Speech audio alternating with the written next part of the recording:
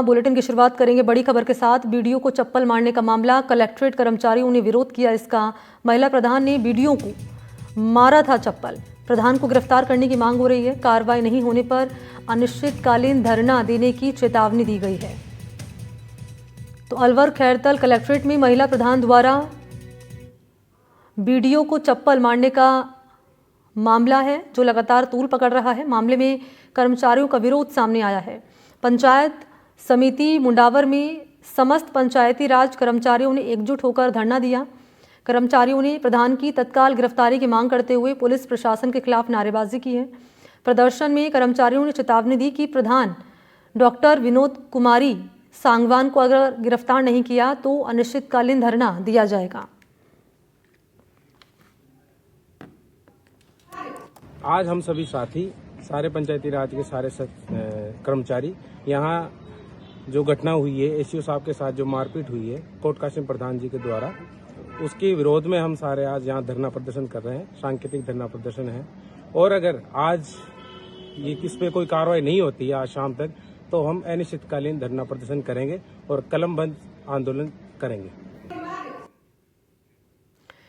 तो ये जानकारी हम आप तक पहुंचा रहे थे किस तरीके से बीडीओ को चप्पल मारने का मामला, और इस पूरे मामले को लेकर आपको बताते चले कि यहाँ पर चेतावनी दरअसल दी गई है और तस्वीरें हम लगातार आप तक साझा कर रहे थे। मुदित इस वक्त मेरे साथ जुड़ चुके हैं। मुदित, पहले तो पूरा मामला बताएं, और क्योंकि यहाँ पर चेतावनी दी गई अनिश्चितकालीन धरने की कर्मचारियों की ओर से। जी बिल्कुल, ये पूरा जो मामला है 21 अप्रैल का ये मामला बताया जा रहा है। 21 अप्रैल का ये मामला था जब खैरतल कलेक्ट्रेट में एक जो कोर्ट कासिम प्रधान है विनोद कुमारी, उनके द्वारा संजय यादव जो बीडीओ है वहां के, उनको चप्पल मारी गई थी, जिसके बाद से कर्मचारियों में काफी रोष है और इस पूरे मामले को लेकर के एफआईआर भी दर्ज करा दी गई है। जो प्रधान है उनके खिलाफ एफआईआर दर्ज हुई है जिसमें मांग की जा रही है कि इनकी जल्द से जल्द गिरफ्तारी हो, क्योंकि संगीन धाराओं में ये मामला दर्ज है और इस पूरे मामले को लेकर के वीडियो भी सामने आ चुका था। और वीडियो सामने आने के साथ ही इस पूरे मामले में कर्मचारियों में इस बात को लेकर के रोष है कि बेवजह एक सरकारी कार्यालय कलेक्ट्रेट परिसर में उनके ऊपर चप्पल से हमला किया गया और उसके बाद धमकी भी इसमें दी गई थी कि उनको वहां से उठा लिया जाएगा। तो इस तरह का मामला सामने आने के बाद से कर्मचारियों में रोष है और उन्होंने आगामी दिनों में कलमबंद हड़ताल और साथ ही अनिश्चितकालीन हड़ताल की चेतावनी और धरने की चेतावनी भी उन्होंने दी हुई है। जी, पुलिस क्या कह रही है इस पूरे मामले में अब?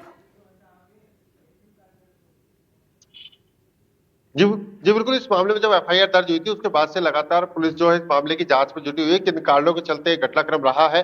और लेकिन अभी जो मांग है वो लगातार गिरफ्तारी की मांग की जा रही है, लेकिन अभी इसमें गिरफ्तारी नहीं हुई है। पुलिस अभी जांच की बात कर रही है क्योंकि जनप्रतिनिधि और अधिकारियों से जुड़ा हुआ मामला है, इसको लेकर के पुलिस अभी जांच की बात कर रही है। जी ठीक है, नजर आप बनाए रखेगा मुद्दे, आगे की अपडेट आपसे लेते रहेंगे। बहुत शुक्रिया आपका।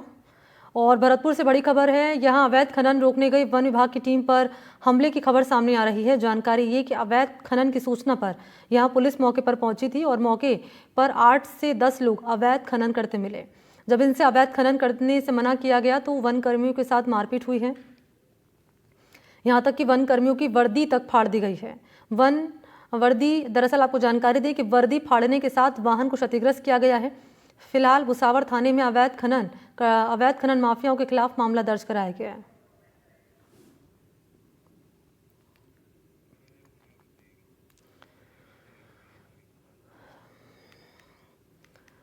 तो ये भरतपुर में जो घटना सामने आई है वो तस्वीरों के जरिए आप तक हम साझा कर रहे हैं। अवैध खनन रोकने गई वन विभाग की टीम पर हमला किया गया। जानकारी ये कि अवैध खनन की सूचना पर यहाँ वन विभाग की टीम मौके पर पहुंची थी, जहां 8 से 10 लोग अवैध खनन करते मिले। अवैध खनन करने से मना किया गया तो वन कर्मियों के साथ मारपीट की गई है, उनके वर्दी तक फाड़ी गई है, वाहन को क्षतिग्रस्त किया गया है और अब माफियाओं के खिलाफ मामला दर्ज किया गया है। कार्रवाई जारी है।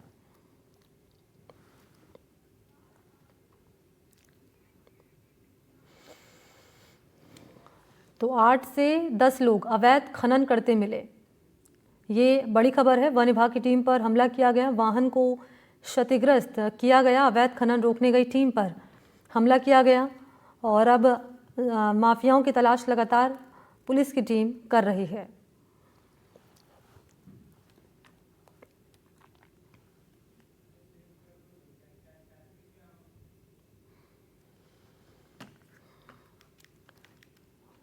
तो भरतपुर में ये हमला किया गया है वन विभाग की टीम पर। वन विभाग की टीम जब अवैध खनन रोकने गई थी, 8 से 10 लोग अवैध खनन करते हुए मिले। उन्हें जब मना किया गया अवैध खनन करने को लेकर तो हमला किया गया वन कर्मियों पर।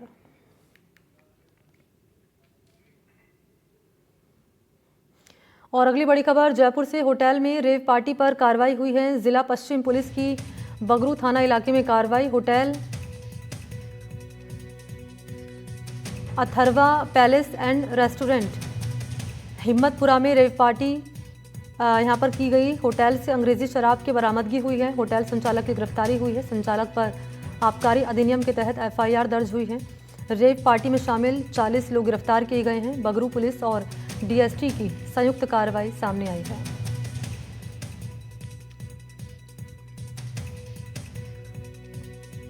और इसी पर मेरे साथ वीरेंद्र इस वक्त फोन लाइन पर जुड़ चुके हैं। वीरेंद्र, क्या कार्रवाई की गई है और किस रूप में अभी ये मामला आगे बढ़ रहा है? बिल्कुल, देखिए, मैंने आपको बताना चाहूंगा कि जिला पुलिस ने बगरू थाना क्षेत्र में hotel Atharva palace and restaurant Himmatpura में जो रेव पार्टी चल रही थी उस पर कार्रवाई की है। और इस कार्रवाई के दौरान जो होटल से जो है अंग्रेजी शराब जब्त है वो की गई है। और इसके साथ ही होटल संचालक को आबकारी अधिनियम में जो है गिरफ्तार किया गया है।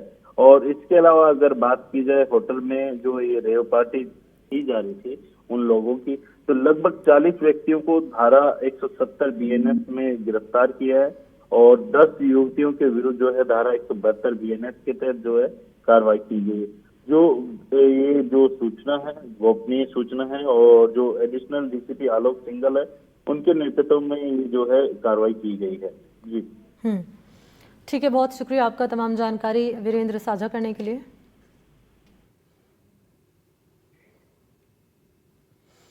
और अगली बड़ी खबर बीकानेर से, बज्जू इलाके में आग का तांडव सामने आया है। आरडी 860 के पास बरसलपुर ब्रांच वन इलाके में आग का तांडव।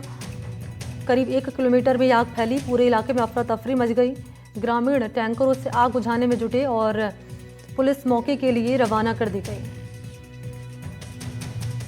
तो ये तस्वीर है बीकानेर के बज्जू इलाके की,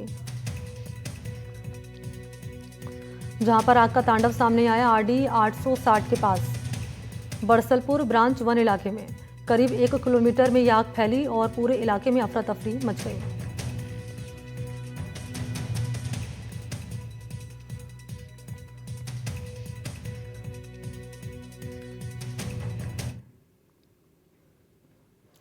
देशनोक में सड़क हादसे के मामले में धरने पर बैठे लोगों का आखिरकार 11 दिनों के बाद धरना खत्म हो गया। जिला प्रशासन और संघर्ष समिति के बीच सहमति बनी। मृतकों के परिजनों को 10-10 लाख रुपए मिलने पर सहमति बनी है। चिरंजीवी के तहत 5-5 लाख और फास्ट ट्रैक कोर्ट से इंश्योरेंस के तहत भी आपको जानकारी दें कि फास्ट कोर्ट से भी इंश्योरेंस के तहत 25 लाख रुपए मिलेंगे। हर पीड़ित परिवार के एक सदस्य को संविदा पर नौकरी मिलेगी। एक डेयरी बूथ भी अलॉट करने को लेकर सहमति बनी है।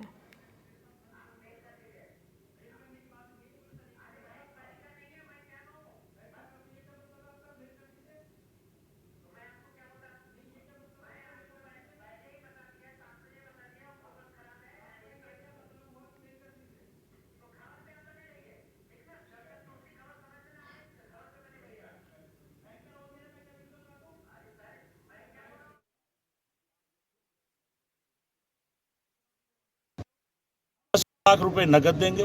5 लाख पहले चिरंजीव में जमा हो गए। 25 लाख रुपए का फैसला जल्द से जल्द प्रति परिवार ये 6 महीना में प्रशासन लग करके और जो फास्ट ट्रैक अदालत होती है उसमें फैसला कराएंगे। प्रत्येक परिवार की एक व्यक्ति को नौकरी दी जाएगी। प्रत्येक परिवार के एक व्यक्ति को जो डेयरी का जो बूथ होता है वो अलॉट किया जाएगा। विधवा पेंशन और इसके अलावा उस परिवारों के प्रति पूरी सहानुभूति रखेंगे। और दूसरा जो देशनोक का पुल है, आज के बाद वहाँ पुलिस लग गई कि किसी तरह से कोई हादसा नहीं हो। मैंने कहा है कि अगर दोबारा कोई हादसा हुआ तो हम फिर आंदोलन पे आएंगे। उधर डूंगरपुर के दोवड़ा थाना क्षेत्र के देवली गांव में एक युवक ने अपने ही घर में फंदा लगाकर आत्महत्या कर ली। आत्महत्या के कारणों का खुलासा नहीं हो पाया है। पुलिस ने मामला दर्ज कर जांच शुरू की है। दोहड़ा थाने के एएसआई ने बताया कि देवली गांव निवासी लक्ष्मणगढ़ परमार ने रिपोर्ट दी है। रिपोर्ट में बताया गया कि उसका बड़ा बेटा संजय परमार गुजरात में मजदूरी का काम करता था। हफ्ते भर पहले ही घर आया था। संजय घर के अंदर फंदे पर लटका हुआ मिला, जिस पर परिजनों ने उसे नीचे उतारा और अस्पताल लेकर पहुंचे, जहां जांच के बाद डॉक्टर ने मृत घोषित किया। पुलिस को जानकारी दी गई और शव परिजनों के हवाले किया गया पोस्टमार्टम के बाद। हालांकि आत्महत्या के कारणों का खुलासा नहीं हो पाया है।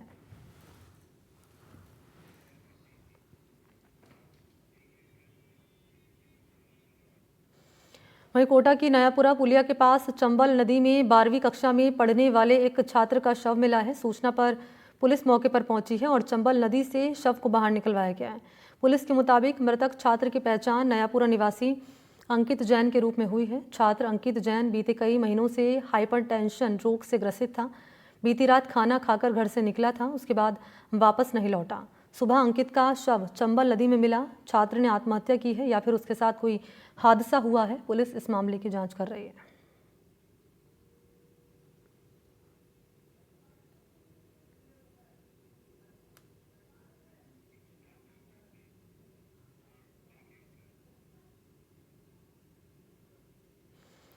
वहीं जयपुर ग्रामीण के रेनवाल कस्बे में पेयजल किल्लत को देखते हुए जलदाय विभाग की ओर से विशेष अभियान चलाया गया है। अभियान के तहत जलदाय विभाग ने अवैध कनेक्शन को काटा है। विभाग ने जेसीबी की मदद से बीसलपुर राइजिंग लाइन से दर्जन भर अवैध कनेक्शन काटे। कुछ लोगों ने बीसलपुर राइजिंग लाइन में जगह जगह अवैध कनेक्शन कर रखे थे। खासतौर पर चौमू जोबने राजमार्ग स्थित कई होटल और ढाबे वालों को यहाँ पानी की चोरी यहाँ पर हो रही थी। अवैध गतिविधि के चलते क्षेत्रीय लोगों को पानी की कमी का सामना करना पड़ रहा था और इसी के बाद पीएचईडी विभाग ने सख्त कार्रवाई की है।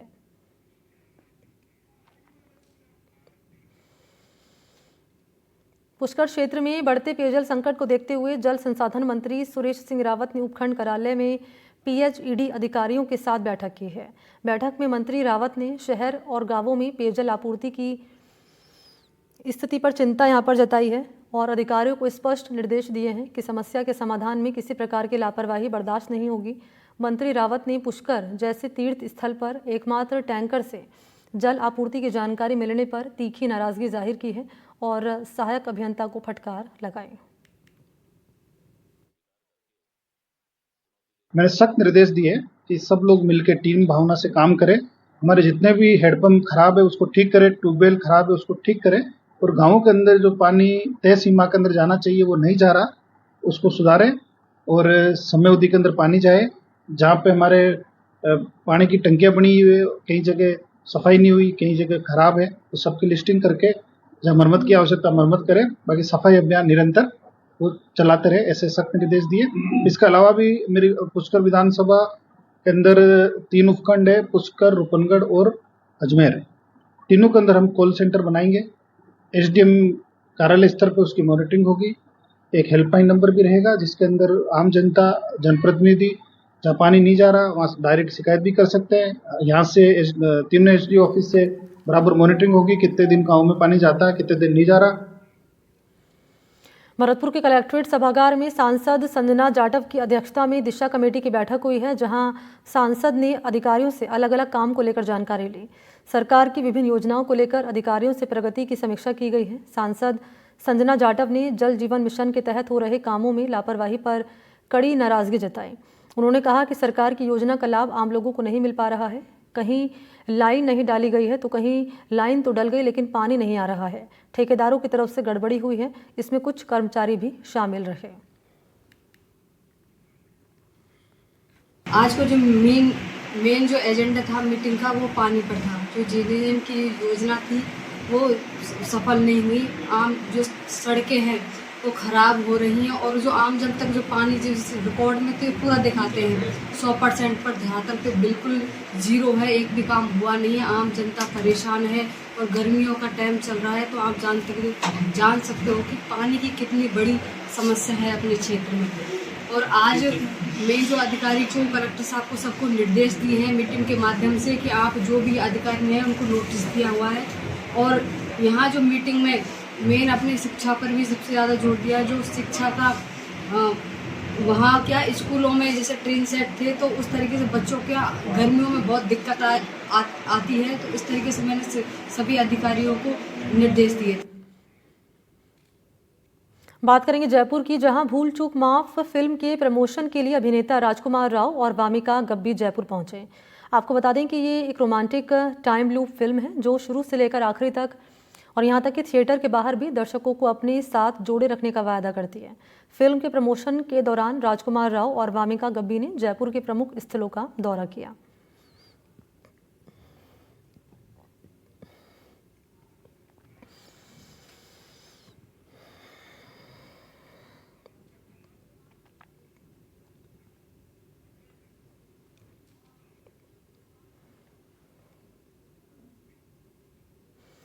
प्रतापगढ़ जिले में सुरक्षा व्यवस्था को सुदृढ़ करने और अवैध गतिविधियों पर लगाम लगाने के उद्देश्य से प्रतापगढ़ की हथूनिया पुलिस ने राजपुरिया बॉर्डर पर सघन वाहन जांच अभियान चलाया है। ये कार्रवाई प्रतापगढ़ पुलिस अधीक्षक के निर्देश पर हुई है। इस दौरान सीमा से गुजर रहे वाहनों की गहनता से जांच हुई है ताकि किसी भी तरह की अवैध गतिविधि, मादक पदार्थों की तस्करी और असामाजिक तत्वों की आवाजाही पर नियंत्रण किया जा सके। पुलिस टीम ने हर वाहन की बारीकी से तलाशी ली है और यात्रियों से आवश्यक दस्तावेज भी मांगे हैं।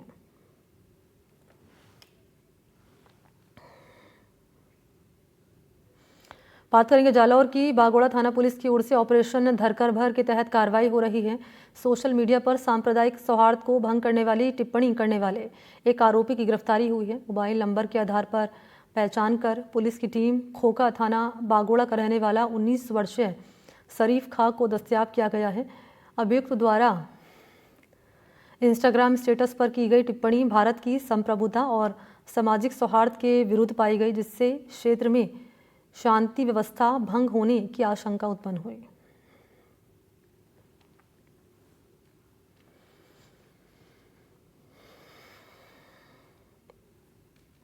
और बड़ी खबर है, बाड़मेर से आतंकी हमले को लेकर विवादित टिप्पणी करना भारी पड़ा है। सरकारी स्कूल के टीचर पर कार्रवाई हुई है। गुड़ामालनी पुलिस ने जसवंत डाबी को अरेस्ट किया है। शिक्षा विभाग ने कार्रवाई करते हुए निलंबित किया है। स्कूल टीचर ने पहलगाम हमले को बताया था प्रोपेगेंडा। सेना और मीडिया पर की थी अभद्र टिप्पणी। व्हाट्सएप स्टेटस पर लिखी थी आपत्तिजनक बातें। सोशल मीडिया पर वायरल हुआ था ये स्टेटस।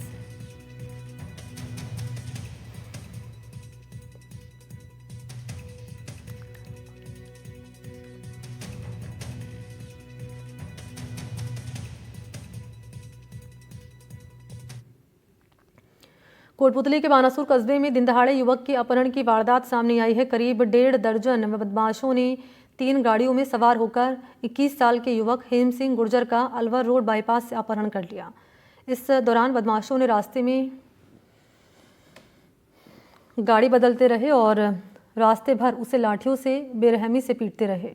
हेम सिंह गुर्जर कस्बे की एक लाइब्रेरी में शिक्षक हैं और वो रोज़ की तरह लाइब्रेरी आ रहा था और इसी दौरान ये घटना सामने आई।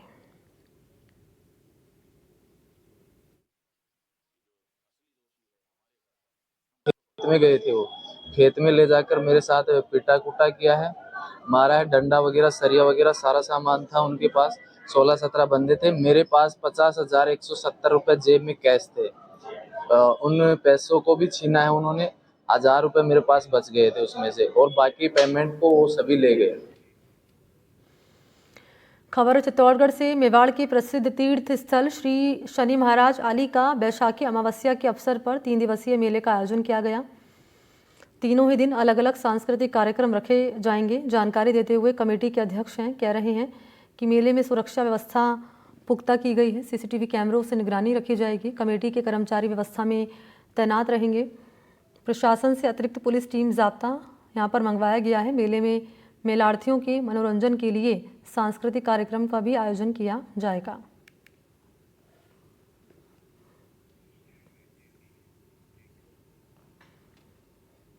तो कश्मीर के बाद पहलगाम आतंकी हमले के बाद एजेंसियों को खुफिया जानकारी मिली है कि कश्मीर में और हमला हो सकता है। इसके कारण सुरक्षा उपाय बढ़ा दिए गए हैं।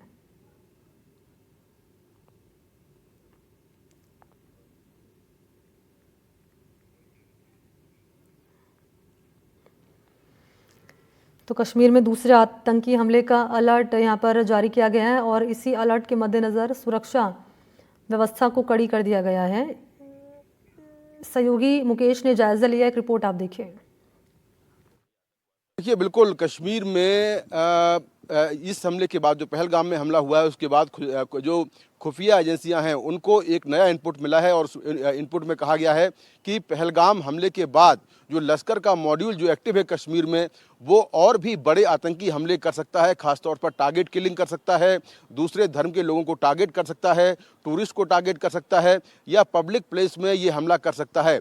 इसीलिए तमाम जो सुरक्षा बल हैं उनसे अलर्ट रहने को कहा गया है और ये कहा गया है कि आने वाले दिनों में वो तैयार रहें, क्योंकि अभी ये लश्कर का जो मॉड्यूल है ये पकड़ा नहीं गया है और घाटी में अभी भी एक्टिव है। जैसे ही लश्कर के सरगना हाफिज सईद से इनको अगला टारगेट मिलेगा उसके बाद ये अगला आतंकी हमला कर सकते हैं।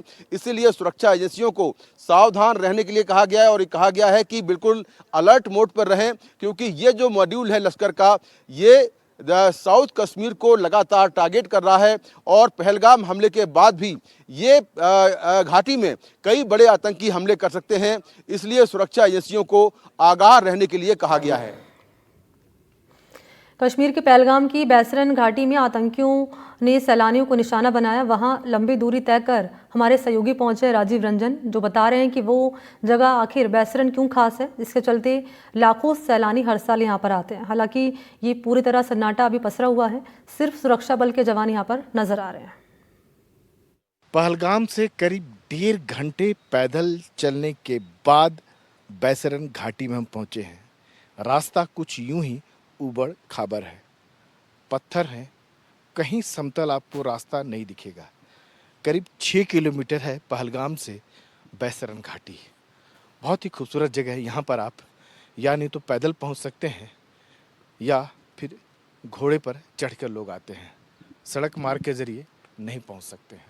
पहलगाम जो भी टूरिस्ट आते हैं वो यहाँ घूमने के लिए ज़रूर आते हैं। बैसरन को मिनी स्विट्ज़रलैंड कहा जाता है। ये वही जगह है जहां मंगलवार को आतंकियों ने खूनी खेल खेला था। बेकसूर पर्यटक जो यहाँ घूमने के लिए आए हुए थे उस पर गोलियां बरसाई थी। ये देखिए कितना खूबसूरत जगह है। चीड़ के पेड़ हैं, देवदार के पेड़ हैं, तापमान 15 डिग्री के आसपास है, ठंडी हवाएं चल रही हैं। पॉल्यूशन का या प्रदूषण का कहें तो कहीं नामो निशान नहीं है। थोड़ी थकान ज़रूर हो रही है, नीचे से आए हुए हैं। ठीक पीछे खुला मैदान है जहां आतंकियों ने खूनी खेल खेला था। बेकसूर निर्दोष पर्यटकों पर गोली बरसाई थी।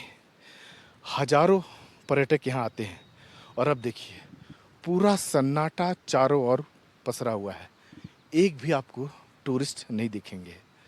घोड़े वाले होते थे, कुछ ऐसे लोग होते थे जिनको मदद करके बुजुर्ग टूरिस्ट होते थे उनको उठा के मजदूर लेके जाते थे। अब यहाँ सुरक्षा है और इस पूरे इलाके की बात करें तो यहाँ सुरक्षा बल जो है उन आतंकियों की तलाश में कॉम्बिंग ऑपरेशन चला रहे हैं जिन्होंने मंगलवार को जो टूरिस्ट हैं, सैलानी यहाँ घूमने के लिए आए हुए थे, उन पर गोलियां चलाई थी। अगर इस पूरे इलाके को फिर से आपको दिखाने की कोशिश करें, देखिए किस तरह का खुला मैदान है, नाले हैं और यहाँ का जो पानी भी बिल्कुल साफ पानी आपको दिखेगा। पूरा ऑक्सीजन, बहुत ही खूबसूरत जगह है। आप यहाँ आके महसूस कर पाएंगे, बता पाना अपने आप में बहुत मुश्किल है। ये वो जगह है बैसरन जहाँ कभी आतंकी हमला नहीं हुआ था। पहली बार यहाँ आतंकी हमला होता है। लश्कर और जैश के आतंकियों ने इस घिनौने कृत्य को अंजाम दिया। देखिए कितना खूबसूरत जगह है, लोग देखने के लिए आते थे। और ख़ास तौर से जो मार्च से जुलाई तक का जो मौसम होता है, एक पीक आवर होता है यहाँ पर। दिल्ली और दूसरी जगह की जो गर्मी का मौसम होता है उससे बचने के लिए लोग कश्मीर आते हैं। कश्मीर को लोग जन्नत भी कहते हैं और वाकई में ये कुछ जन्नत की तरह है। इतनी खूबसूरत जगह आपको देखने को नहीं मिलेगी। देखिए किस तरह से नाले बह के आ रहे हैं और सामने वो खुला मैदान है, बिल्कुल घास है, जहां आतंकियों ने खूनी खेल खेला था, उन निर्दोष पर्यटकों को अपना निशाना बनाया था जिनका कोई कसूर नहीं है। चारों तरफ सन्नाटा पसरा हुआ है। आवाज़ आ रही है तो केवल पानी की आ रही है, नाले से की आ रही है, जो नीचे पानी बहता हुआ जा रहा है। चारों तरफ अगर देखें हवा है, चीड़ देवदार के पेड़ हैं। और आप मंगलवार से पहले इस पूरे इलाके की अगर बात करें तो सैलानी भरे रहते थे। मंगलवार को 1:30 2 बजे की अगर उस समय बात करें तो जानकारी मिल पा रही है करीब 3